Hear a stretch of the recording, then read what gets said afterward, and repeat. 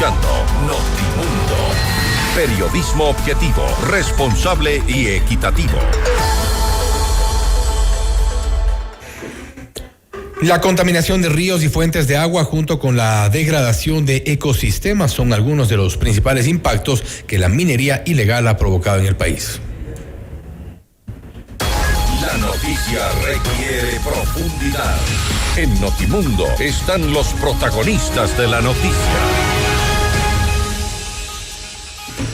Hacemos contacto a esta hora con María Eulalia Silva, presidenta de la Cámara de Minería del Ecuador, para hablar sobre el impacto de la minería ilegal en nuestro país. ¿Hay o no el combate real, firme a este flagelo que atraviesa nuestro país? Vamos a consultar este momento. María Eulalia, gracias por estar con nosotros. Fausto Yepes te saluda, bienvenida. Fausto, muchas gracias por la invitación. Efectivamente, la minería ilegal es una amenaza a la seguridad integral del Estado. Hoy, el secretario de Estado de Estados Unidos, Marco Rubio, así lo ha especificado. Es algo que nosotros veníamos diciendo desde hace años atrás, ¿no? La minería ilegal es una actividad que está enmarcada en un esquema de crimen organizado. Estas bandas delictivas unidas ya a los carteles internacionales, pues están traficando una serie de ilícitos, entre esos los minerales. Y hoy, además, los minerales ilícitamente extraídos son el producto estrella de la narcoindustria. Ahora bien, ¿qué se ha hecho realmente desde el plano de seguridad para combatir a estas estructuras ilegales? Hemos visto en algún momento también una denuncia grave respecto de los certificados de exportación, estas exportaciones de oro que se hicieron de alguna forma también para lavar el oro, es decir, producto de actividades ilegales, se lo exportaba legalmente. No obstante, sobre esto, al menos que yo sepa, no se ha avanzado tampoco en gran medida en las investigaciones de Fiscalía. Mire, yo creo que hay que tomar a la minería ilegal en su real dimensión. Esto no es una cosa que le sucede al Ecuador y que le sucedió hace 3 meses. La minería ilegal irrumpe en la región más o menos hace unos 6 años, cuando todos los carteles, digamos, los carteles de la droga, empiezan también a traficar con minerales ilícitamente extraídos. Este es un azote que está enfrentando Colombia, que estamos enfrentando nosotros, Perú, Brasil, no se diga Venezuela, pero que los países en realidad les tomó por sorpresa. Recordemos el caso, tal vez uno de los casos más emblemáticos de extracción ilícita, que es el caso Buenos Aires. En Buenos Aires simplemente un día alguien empezó con labores de remoción de tierra para abrir un camino.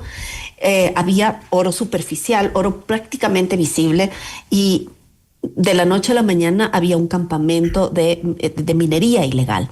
En 2019, recordemos, hubo ese gran operativo donde entraron militares, donde encontraron un montón de cosas. El mega operativo, que se lo llama así. El mega operativo. Ese sigue siendo un foco en el que van y vuelven. Últimamente el gobierno hizo incluso un operativo aún más grande. Es como un foco de infección que siempre se está limpiando pero que vuelve a supurar.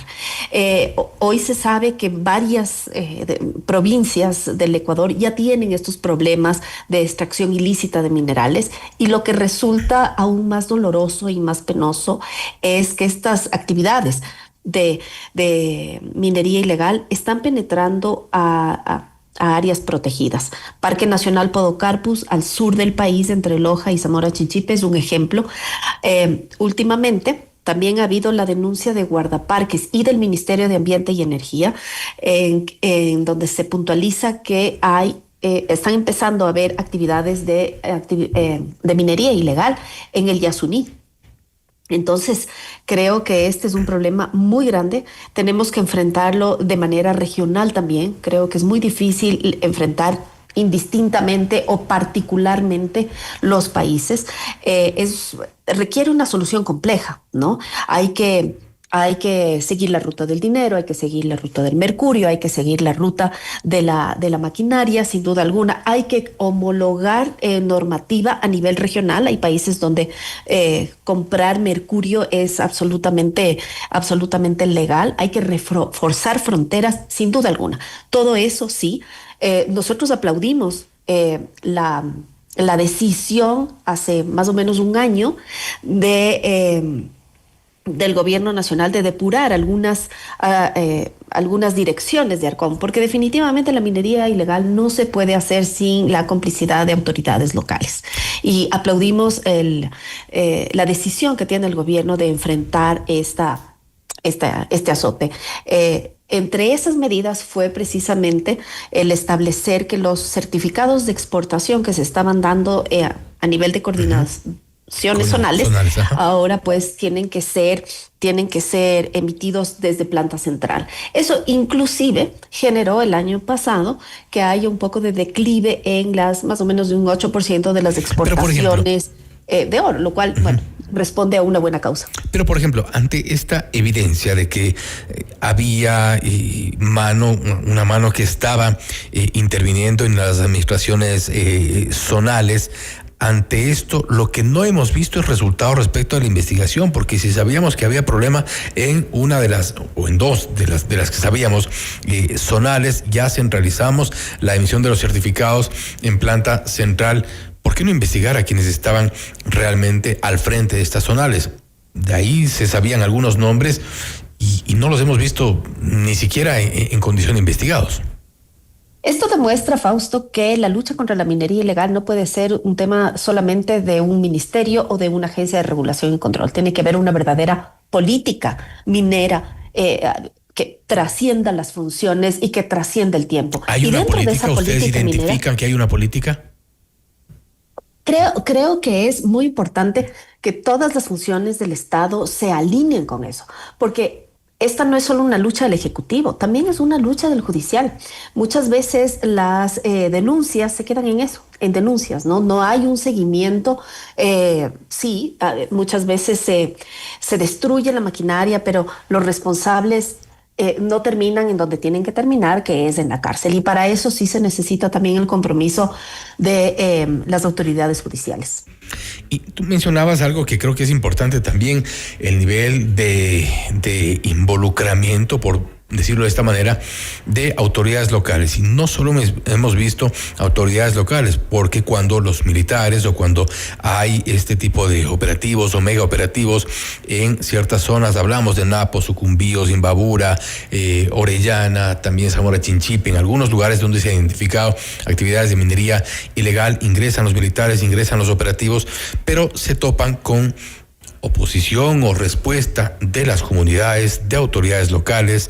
Hay lugares que decimos o pensamos que son inaccesibles, pero resulta que hay caminos habilitados por las mismas autoridades locales para que lleguen las retroexcavadoras, para que llegue la maquinaria pesada. Es decir, hay una lucha quizá desigual.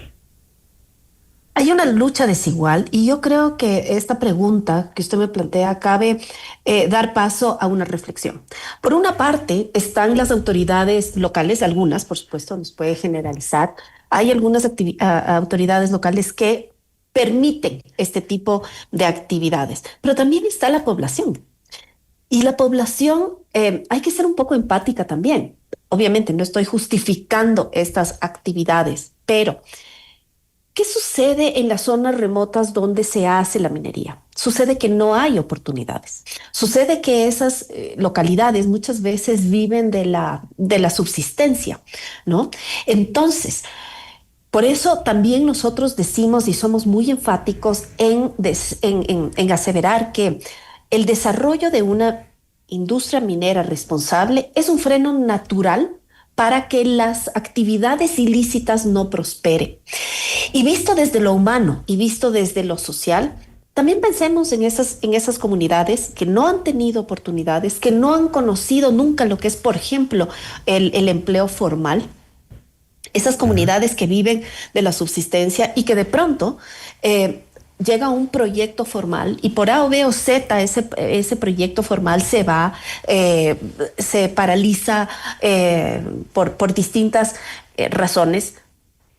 Llega el minero informal, el narcominero. Ese no pide permiso a nadie, ese no hace consulta ambiental, ese no está esperando y ese paga en efectivo. Y ese paga en efectivo además. Entonces, viéndolo también desde los zapatos de esas personas, yo creo que una gran amenaza contra la seguridad del Estado es la pobreza. Esa pobreza tan inhumana que muchas veces es un flagelo en esas comunidades.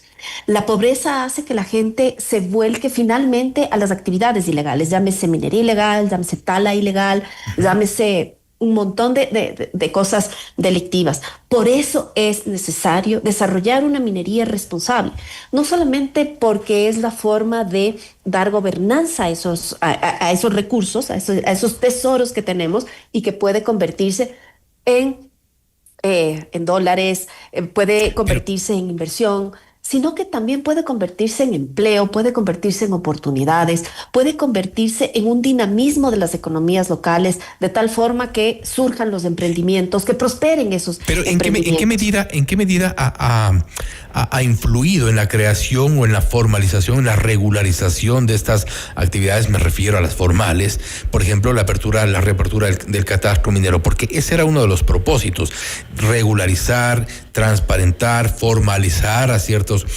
sectores. Pero se ha cumplido. Yo entiendo que es muy poco tiempo, de junio a esta parte, pero esto puede lograr mermar un poco las actividades ilícitas. El catastro minero todavía no está abierto. Se abrió en una primera fase para junio. La pequeña minería pétrea. Se entiende que en unas semanas más se abrirá para pequeña minería metálica. Y finalmente, aunque en un principio dijeron para diciembre del 25, luego algunas autoridades han dado incluso un plazo más amplio a eso, se abriría todo el catastro. Mire, Fausto, nosotros como Cámara de Minería del Ecuador no queremos cualquier tipo de minería. Queremos una minería bien hecha. No queremos minería a sangre y a fuego. Queremos una minería que sea exigible, que sea controlada, que sea bien exigente. Ya existen excelentes ejemplos en otros países, pero excelentes ejemplos aquí mismo, en el Ecuador, de cómo una minería bien hecha no solamente ha generado un montón de riqueza, sino que también ha sido un dinamizador de las economías locales y también un gran aliado para la conservación en territorio. Entonces, creo que hay que ver este tema de la minería ilegal como algo mucho más amplio. Hay que poner también a ese ser humano que necesita oportunidades, que necesita alimentar a sus hijos, que necesita educar a sus hijos, darle también oportunidades. No solamente se trata de pensar desde la capital o desde la gran ciudad cómo organizar esto, sino también darle oportunidad a ese ecuatoriano que está en esas zonas remotas con un gran potencial geológico. Coincidimos entonces, y con esto cierro, María Eulalia, en que hay intención de establecer políticas en contra de la minería ilegal y a favor de la minería legal, pero no están siendo implementadas de momento.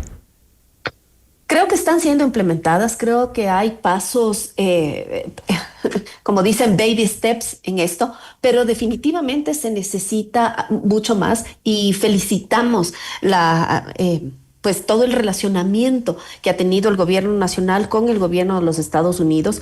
Las potentes declaraciones de esta mañana de Marco Rubio definitivamente ponen a la minería ilegal como lo que es, como una amenaza para la seguridad de todos los ecuatorianos, y esperemos que próximamente ya se concrete cooperación, porque este es un problema para el cual también se necesita un montón de recursos para poder enfrentar los recursos, llámese capacitación, llámese equipamiento, llámese también inteligencia. Importante también por esta relación, tomando en cuenta que cuando se ha declarado a los Lobos como organización terrorista, es uno de los grupos, una de estas organizaciones que se ha dicho estaría vinculada precisamente a las actividades de minería ilegal. Por eso también la importancia, por eso la relación con las declaraciones de Marco Rubio. María Eulalia, nuevamente, gracias por haber estado con nosotros. Muchas gracias, Fausto. Buenas noches. Gracias. María Eulalia Silva, presidenta de la Cámara de Minería del Ecuador, hablando sobre el impacto de la minería ilegal en nuestro país. Ha hecho en esta última parte una relación importante respecto a las declaraciones de Marco Rubio, cuando también se ha destacado la declaratoria de organizaciones terroristas a los Choneros y los Lobos. Estos últimos que se ha dicho insistentemente estarían vinculados a varias actividades de minería ilegal. Esto es Notimundo Estelar, siempre bien informados. Usted está escuchando Notimundo.